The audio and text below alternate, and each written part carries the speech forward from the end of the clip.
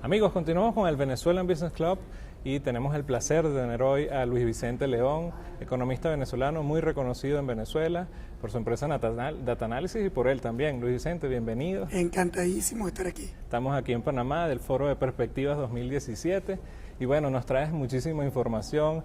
El foro está full, gracias a Dios. Y bueno, sí, es información que no nos gusta a todos, pero que queremos saberla en uno de los meses más difíciles que podemos decir que ha tenido Venezuela en este 2016. Yo creo que, no sé, tú dirás, en los últimos 5 años. Nos reíamos el otro día de que Luis Vicente debe haber cambiado su presentación por lo menos 8 veces en los últimos 20 días desde que salió la invitación. Así que bueno, ¿qué nos tienes que decir con una inflación que pudiera estar cerrando superior a los 700%? ¿Están hablando? Sí. Mira, obviamente la situación venezolana es una situación muy difícil. Estamos hablando de la crisis económica más importante que ha vivido el país fuera de una guerra. Nunca habíamos tenido indicadores económicos de esta magnitud. Estamos hablando de la inflación más alta del mundo, más allá de cómo la calcules. Podemos calcular la inflación solamente tomando en cuenta el promedio de los bienes que se comercializan en el sector formal de la economía, incluyendo los bienes regulados, y ahí la inflación está en el entorno del 500%. Sin embargo, si consideramos el mercado negro, donde la mayoría, o por lo menos una parte muy importante de los venezolanos, tienen que accesar para poder conseguir los productos, terminar de obtener su cesta básica, comprar repuestos, etc. Si tú ponderas el porcentaje de la economía que se mueve en el mercado negro, estamos hablando de una inflación que se va a acercar cómodamente al 1000% este año. Eso significa, de nuevo, con la formal o con lo que podemos llamar la inflación implícita o subyacente, en cualquiera de los casos es la inflación más alta del mundo. Y no solo eso, sino que la que le sigue es una inflación de 45%. O sea, de 45 a 500 en el mejor de los casos, o 1000, si consideramos lo que realmente es la vida cotidiana de los venezolanos. Pero además tenemos una caída muy severa en el Producto Interno Bruto, en la actividad económica del país. Una caída que no recordamos de esas magnitudes, sobre todo porque tenemos 3 años consecutivos cayendo, lo que conforma lo que podemos llamar una depresión económica. No es solo una crisis, es una depresión económica de altísima magnitud. Y lo más importante es que no estamos visualizando un año 2017 mejor. Estamos visualizando un año 2017 muy complicado. Mucho más grave. Es difícil, sí, claro. En realidad, porque cuando tienes unos números tan malos, claro, también ocurre lo que en economía llamamos los rebotes estadísticos, que ya tú caíste tanto que la próxima caída puede no ser equivalente en términos porcentuales. Sin embargo, algunos economistas importantes en Venezuela sienten que es imposible evitar una caída que sí puede ser superior al 10% de caída que vamos a tener este año. Es una situación muy compleja. Bueno, sobre todo lo que acabas de decir, que digamos en el mercado paralelo, el mercado negro, que es realmente donde está asistiéndose las personas para cubrir todo su mercado, eso acaba de dar un brinco histórico. Y eso no se va a ver sino en el comienzo del 2017, todos estos precios que pudieran estar cambiando, sobre todo por esta fluctuación del dólar, que realmente no lo dicen oficial. Estamos en Panamá, lo podemos, conversar libremente, pero existe. Hablabas ahorita de que se podía haber una conversión, un mix que te gira la inflación entre 500% y 700% cuando tocas los dos mercados. Pero ¿qué tanto ataca el gobierno? ¿Qué porcentualmente hablando, qué tanto asiste el gobierno en un precio que no sea el dólar paralelo? Cuando vamos al mercado cambiario, que obviamente tiene un impacto muy fuerte sobre la conformación de los precios en Venezuela, el tema es todavía más complejo. Es complejo porque es un mercado muy volátil y muy opaco. Recordemos que Venezuela tiene un control de cambio, pero además un control de cambio muy absurdo. Tenemos 2 tipos de cambio oficiales, uno a 10 y otro se ubica más o menos en 660 660, bolívares por dólar. Ya entra que tú le cuentes a cualquier persona, digamos, en un país normal, Correcto. que hay un país que tiene un tipo de cambio oficial a 10 y el otro a 660, ya de entrada no puede entender nada. Pero además, entonces tenemos, el gobierno protege, controla, impide que las operaciones sean operaciones libres. Y al impedir que se hagan esas operaciones de manera libre, se genera automáticamente un mercado negro que durante la mayoría de este año se mantuvo relativamente estable, alrededor de unos 1.000 a 1.025 bolívares por dólar.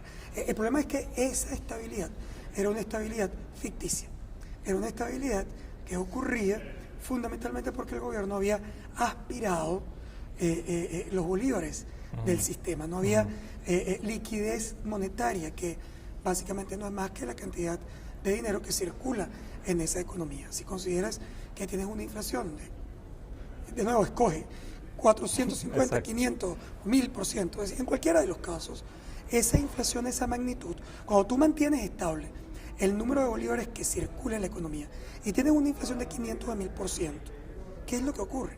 Que a la vuelta de la esquina, en unos 2 meses, ya tú no tienes dinero suficiente para poder abordar las necesidades de ese país. Y se va consumiendo el valor real de la moneda. Y al consumir el valor real de la moneda, lo que terminaba ocurriendo es que la gente no tenía bolívares para comprar comida, medicinas, repuestos y dólares. Entonces tú tenías una restricción en la demanda de divisas producido por una contracción en el dinero que daba vueltas en esa economía. Con eso lograste de alguna manera cierta estabilidad en los precios. Por otro lado, también habían caído de manera significativa las importaciones en el mercado negro y en el oficial, ambas. En el oficial, hoy las importaciones de Venezuela son apenas 33% de lo que eran en el 2014, y en el mercado negro se habían prácticamente pulverizado porque no había gente que tuviera dólares o que pudiera vender a ese precio del mercado negro. Y Pero en el fue una acción tiempo, que fue permisiva, entiendo, ¿no? claro, O sea, el gobierno, fueron permitiendo importaciones dentro de lo que fue, poco digamos, a poco a poco, y obviamente es un mercado negro pero que eso recurre fue cambiando. a comprar dólares en el mercado negro. Fue cambiando la situación. Ya. Y a lo largo del año, cuando el dólar se queda estable, la inflación sube, los precios internos están creciendo, cae la producción, caen las importaciones, la única manera de rellenar los huecos de desabastecimiento que había en Venezuela era importando mercancías en el mercado negro. Primero por contrabando, de Cúcuta, de Maicao, de Brasil, pero luego ya más formal. Era lo normal, lo que siempre hemos escuchado. Y luego los containers de importadores que estaban trayendo la mercancía a un precio que era un precio, digamos, muy atractivo. A 1.000, resulta que el dólar se convirtió en el único bien barato en la economía venezolana. De hecho, si tú calculas que 1 kilo de azúcar hace apenas 2 meses costaba 3.500 bolívares, a 1.000 eso significa 3.5 kilos. 3.5 dólares por kilo.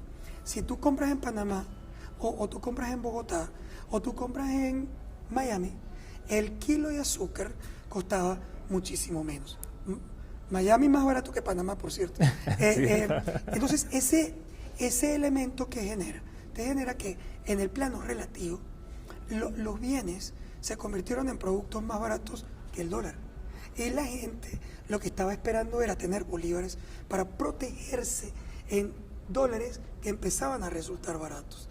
El gobierno se ve en la necesidad de expandir la cantidad de dinero porque la inflación se había comido los salarios, los costos de operación del Estado se disparan, había que pagar los proveedores de PDVSA, y cuando tú empiezas a expandir el gasto público nominal, simplemente se dispara la demanda de dólares para protección patrimonial y la demanda de dólares para protección de importaciones, y las importaciones están creciendo, y eso explica este movimiento absolutamente abrupto del dólar en Venezuela en los últimos, digamos, 2 meses, que ha llegado a cuadruplicarse con respecto al valor que tenía inmediatamente antes de este rally absolutamente loco.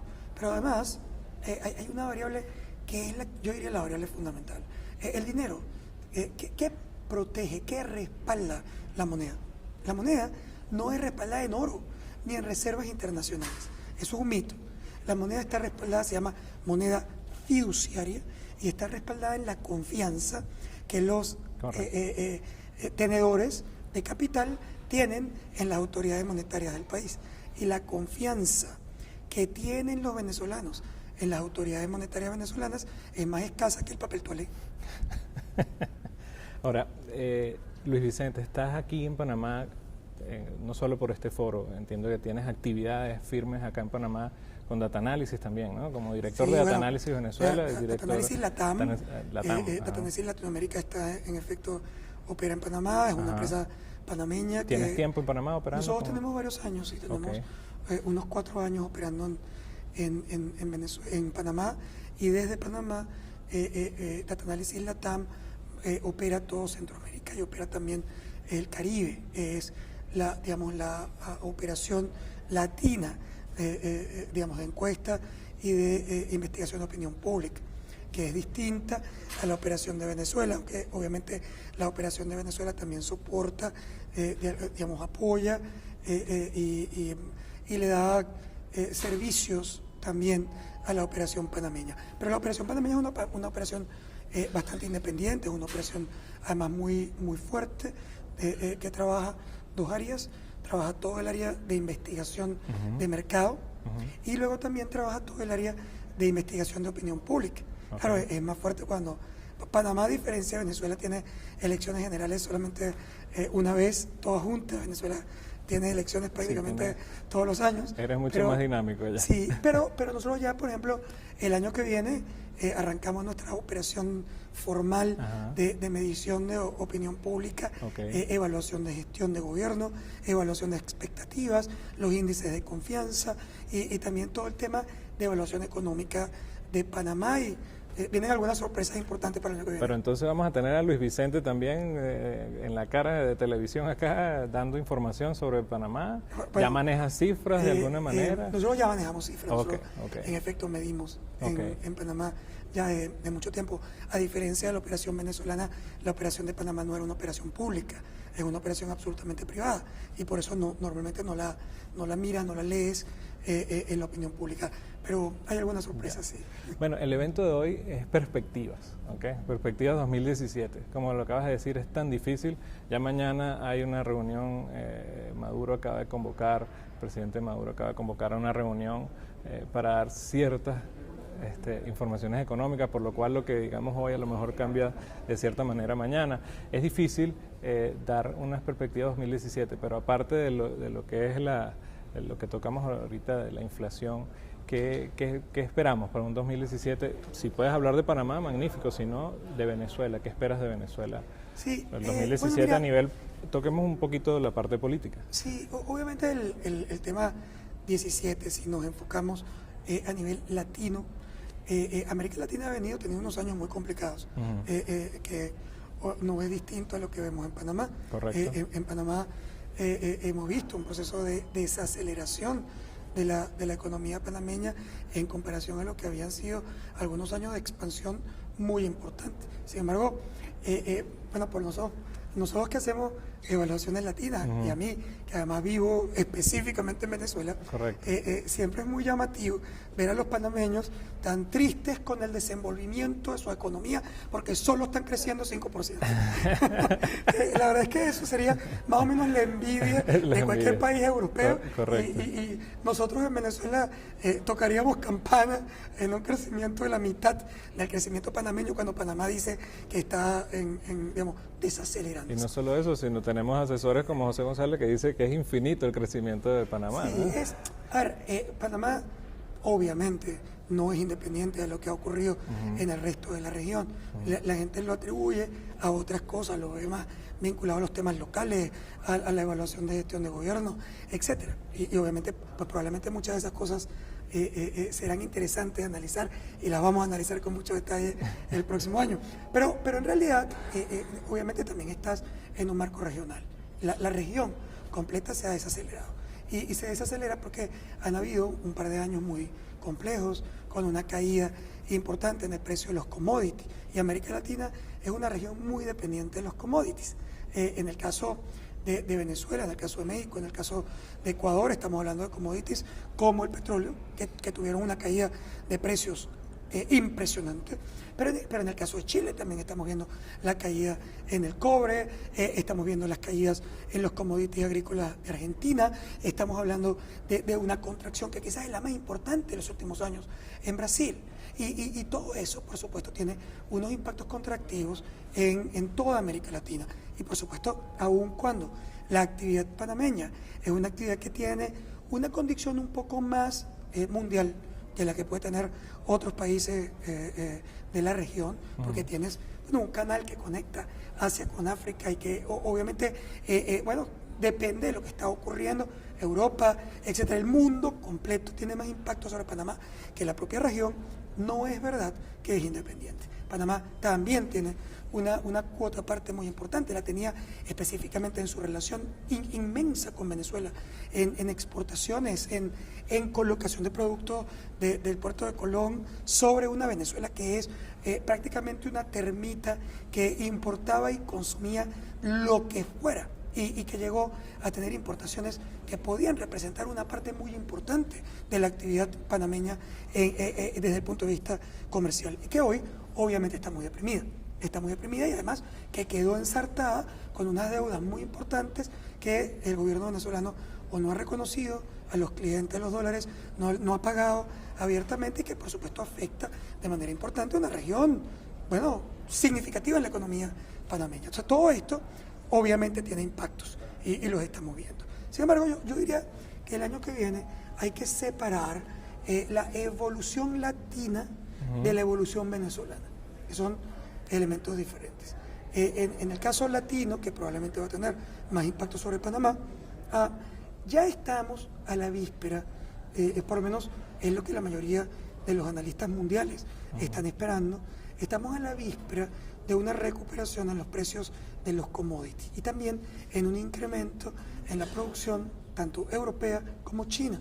Esa recuperación de la economía mundial debe venir acompañada con un crecimiento en commodities, que además es muy importante para la mayoría de los países latinos, porque recordemos que en los últimos, yo diría, 3 años, hemos visto una variación significativa en los tipos de gobierno en toda la región latina, que se han movido desde aquellos gobiernos hiperpopulistas que habían ganado elecciones al final de los 90 y principios del 2000, de este siglo o milenio, donde la crisis tan severa que había vivido la economía regional había dado espacio a los grandes populistas, a los gobiernos de izquierda, que habían vendido espejitos de que, que había que resolver, y que el pueblo, y que la pobreza. Y ahí vimos cómo se desplazó Argentina, vimos cómo se desplazó Brasil, vimos, ni hablar Venezuela, Ecuador, Bolivia, Nicaragua. O sea, todos estos elementos se fueron moviendo a un mapa completo que era un mapa como rojo. Hoy, de ese mapa ya no queda mucho. Es decir, los grandes países, los más grandes en términos económicos, que son fundamentalmente Brasil y Argentina, se mueven por razones distintas. Argentina por una elección, en el caso brasileño por un dismiss de la presidenta Dilma Rousseff. Pero además vemos cómo Bolivia vota en contra de su líder fundamental para evitar o impedir una reelección. Es decir, en ese referéndum o plebiscito, Evo Morales pierde, con lo cual va a haber un cambio en Bolivia, y aún incluso ganando su mismo partido, si ese fuera el caso, existen algunos problemas operativos. En el caso particular de Ecuador, el presidente Correa decide no lanzarse a la reelección, y eso también nos permite olfatear algunos cambios. La misma relación que se abrió en Cuba con los Estados Unidos, aun cuando ahora el tema se puede complicar con la elección de Trump. Todo este mapa... Porque el Partido Republicano es rojo. Sí, todo este mapa, quizás con la única excepción de Venezuela, ha dado muestras de un cambio. Y yo creo que los gobiernos mucho más proclives a la empresa privada, a la inversión privada, son gobiernos que tienen un interés gigante de mostrar resultados. Ya. Y eso yo creo que lo vamos a ver a nivel regional concretarse en términos de un incremento de la actividad que sin duda va a tener impactos positivos en la economía panameña. El caso venezolano, sin embargo, es un caso distinto. La economía venezolana en el 2017 no pinta bien. No podemos ser optimistas. Primero, porque a pesar de que me encantaría decir que Venezuela está también en ese mapa de cambio de salida, hacia la, digamos, hacia, bueno, una renovación democrática, espero, de gobiernos y sobre todo de modelo, que es más importante todavía que el cambio de gobierno. En Venezuela es mucho más importante un cambio en el modelo económico de intervencionismo y control que en el gobierno. Tú puedes cambiar el gobierno y no cambiar el modelo. Y eso es tan desastroso como lo que tenemos hoy. Pero estos cambios que se están dando en la región, bueno, ya se ve una muestra con lo del Mercosur, la noticia que acaba de salir. Puede o sea, resultar, pudiera resultar algo de presiones. Pues, no solo eso, también las presiones de la comunidad internacional, sobre lo que ha sido sin duda una radicalización en el proceso político venezolano, y donde la comunidad internacional hoy es muchísimo más, digamos, está más preocupada por lo que ocurre en Venezuela, y hay una visión mucho más pesimista y más crítica sobre la democracia venezolana. Ese elemento hace que la comunidad internacional sea mucho más dura, exigiendo cambios en el modelo y respetos también en el proceso político venezolano, en el tema de los presos políticos, en el tema de la necesidad de dialogar, en el tema de respetar los procesos electorales. Pero yo no creo que eso es suficiente. Yo creo que los cambios políticos y económicos solo se van a producir en la medida en que hacia el interior de Venezuela la población esté completamente articulada para defender sus derechos ciudadanos, sus derechos políticos y también para provocar los cambios económicos. Y yo esa parte todavía no la veo tan clara. Sin embargo, ya estamos por comenzar un foro donde tu tema es importante, ¿no? Retos y oportunidades. Hablas del tema Venezuela. ¿Oportunidades todavía existen en Venezuela? ¿Hay esperanzas para todos los que están allá pensando de que tienen que brincar? Obviamente no hay que topar el sol con un dedo. Hemos recibido una migración tanto en Panamá como en todos los países donde, por cierto, el Venezuelan Business Club está, que es España, Miami y Panamá. Hemos recibido muchos empresarios, ejecutivos, profesionales, ya gente que dice, bueno, Venezuela se acabó. ¿Tienes un mensaje de alguna manera positivo, esperanzador para esas personas que están pensando ya quemar todos los barcos, brincar, sin ninguna planificación en algunos casos, obviamente? Mira, las decisiones de migración son decisiones personalizadas. Claro. Y yo no...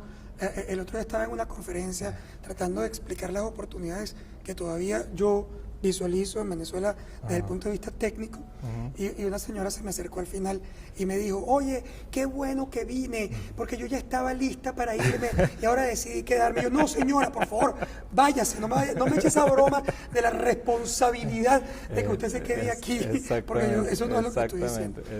A ver, esos son temas personales y depende de muchos factores. Depende primero de cuál es tu actividad, depende de tu aversión al riesgo, porque Venezuela es un país muy complejo, Venezuela es un país con crisis y con inseguridad, y eso no se va a resolver el año que viene. Y si tú eres alérgico a la inseguridad, a la volatilidad, a los riesgos, digamos, económicos, empresariales, financieros, ese no es tu lugar, porque eso no va a cambiar en el corto plazo. Ahora, si tú entiendes el tema, primero de largo plazo y de mediano plazo, y segundo, entiendes que las crisis son por definición un generador inmenso de oportunidades, de huecos, de vacíos, que alguien que está aquí en Panamá está dejando allá, que alguien que está en Bogotá está dejando allá, y que esa economía sigue siendo una economía petrolera y que va a seguir independientemente de la caída del precio del petróleo, que ha sido brutal y que permite solamente este año un ingreso que es alrededor del 10% neto del ingreso que tenía Venezuela en el año 2014, pero que todos los economistas internacionales están esperando se ubique ya entre 50 y 60 dólares por barril el año que viene, y que significa entonces un incremento de 3 o 4 veces los ingresos otra vez en dólares para la nación. Y tú miras que Venezuela tiene un 35% de capacidad utilizada apenas en sus plantas hoy.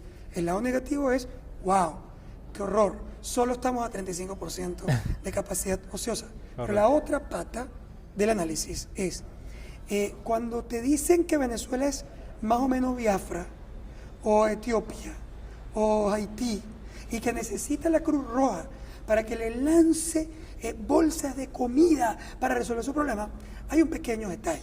Es decir, Haití no tiene industria, ni tiene plantas, ni tiene capacidad instalada. Venezuela tiene 65% de su capacidad instalada ociosa, y lo que necesita no es una bolsa de la Cruz Roja, necesita dólares y materias primas, necesita recursos del Fondo Monetario, del Banco Interamericano de Desarrollo, del Banco Mundial, que solo pueden venir en el marco de un modelo moderno económico. Pero cualquier pequeño cambio permite que Venezuela expanda su capacidad de producción de inmediato y que no necesita ningún apoyo que no sea la materia prima y los reales, los dólares, y un marco económico absolutamente racional. De manera que comparar a Venezuela con Haití o con los países africanos es, en mi opinión, un absurdo. Son elementos completamente diferentes. Lamentablemente, Venezuela vive una crisis que no tenía por qué haber vivido. Vive una crisis producto de un modelo de intervencionismo y control completamente inadecuado, producto de un gobierno que no ha sido capaz de reconocer su propio error en materia económica y de alguna manera revertirlo para desarrollar una apertura y una negociación global con los actores económicos que son fundamentales para rescatar los equilibrios. Pero yo estoy absolutamente convencido, primero, que esto no es un proceso que va a durar a largo plazo, y segundo, que tan pronto tú hagas cambios racionales, no existe prácticamente ningún país de América Latina que tenga la capacidad de recuperación que Venezuela tiene. Y no es un wishful thinking. En las últimas 4 crisis, 84 incluido, a Venezuela, o la mayoría de los sectores económicos venezolanos, fueron capaces de recuperar el Producto Interno Bruto pre-crisis apenas en una media de 1 año después de aplicar medidas racionales. El país que más se le acerca duró 4 años para poder rescatar el PIB. Bueno, Luis Vicente, te queremos dar las gracias. En verdad que dejas una ventana de esperanza, definitivamente. Y bueno, desde el Venezuelan Business Club agradecemos tu presencia acá en Panamá, y estoy seguro que todas las personas que van a ver este programa, amigos, agradecen todo tu mensaje. Muchísimas gracias, Luis gracias Vicente. a ti por la invitación. Gracias a Life Invest por este patrocinio y por permitir tenerte acá en Panamá. ¿Okay? Encantadísimo. Gracias, amigo.